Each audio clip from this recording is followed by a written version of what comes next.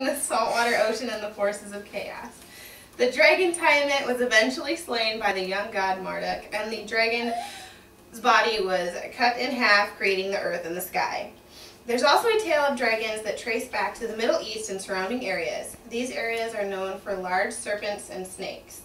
There are actual hunting parties who will brave the thick jungles of the Republic of Congo and Central Africa to search for dragons. So far, these brave explorers have not found any of these great mythical beasts. It is also believed that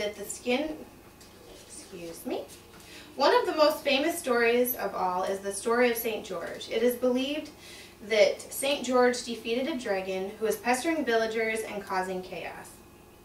George was a real person, but whether or not he slayed a real dragon, we will never know.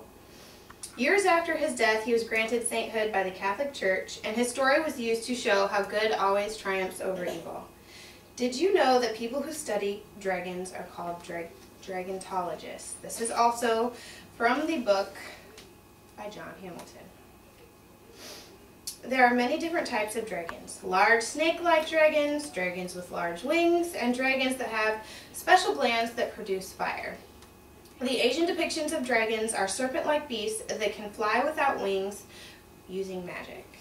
The Bible tells of a mythical serpent dragon named Leviathan who lived in the sea. Leviathan was so large that when he thrashed through the water, the sea boiled up behind the great beast. There are also legends from the Native American tribes of a horned serpent that resembles a giant leech-like beast called Weewillmekq. Some myths about dragons have come from the oarfish, which is a large, rare, deep-sea creature that is long and yellow and has a dorsal fin on its head.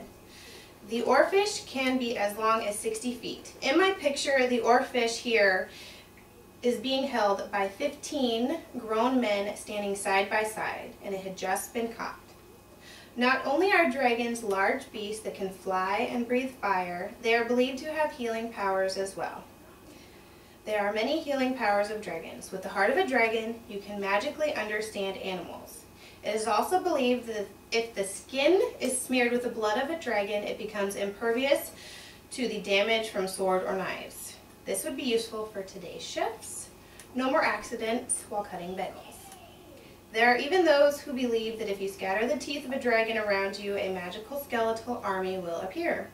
I bet in the time of knights and spears that would have been very helpful in winning a battle.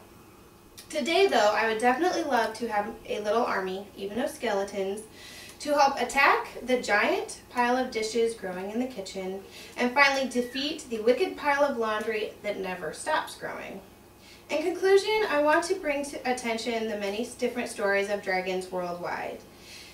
There are stories about dragons that explain how the earth began, and stories that show how good always defeats evil. There's even the real dragon, the oarfish, who resides in the deep sea, and every once in a while will show its head so it can be seen for a brief moment, but the stories that we will tell of that one sighting will last for many years to come.